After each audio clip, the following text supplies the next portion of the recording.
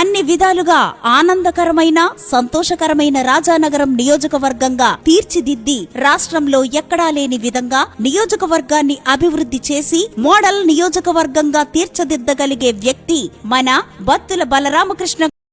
Bogus అభివృద్ధి అంటే ఆనందకరమైన సంతోషకరమైన అని గూగుల్లో డైలాగులు చూసి డబ్బింగ్ చెప్పడం కాదురా.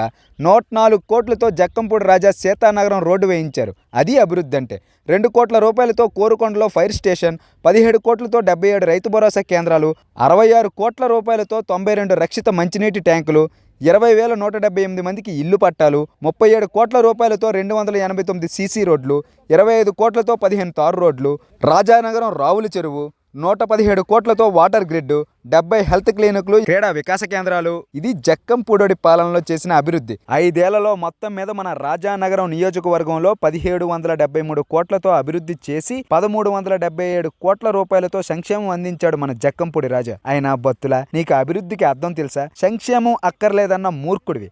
ఏదో ఒకటి మాట్లాడాలని గూగుల్ తల్లిని అడిగి ఏది పడితే అది మాట్లాడేస్తే జనం మొన్నటి వరకు నిన్ను చీకొట్టారు. ఇప్పుడు ఇంకా డ్రామాలు వేస్తే మొహం మీద వస్తారు. బోగస్ జర భద్రం రోయ్ బత్తులా.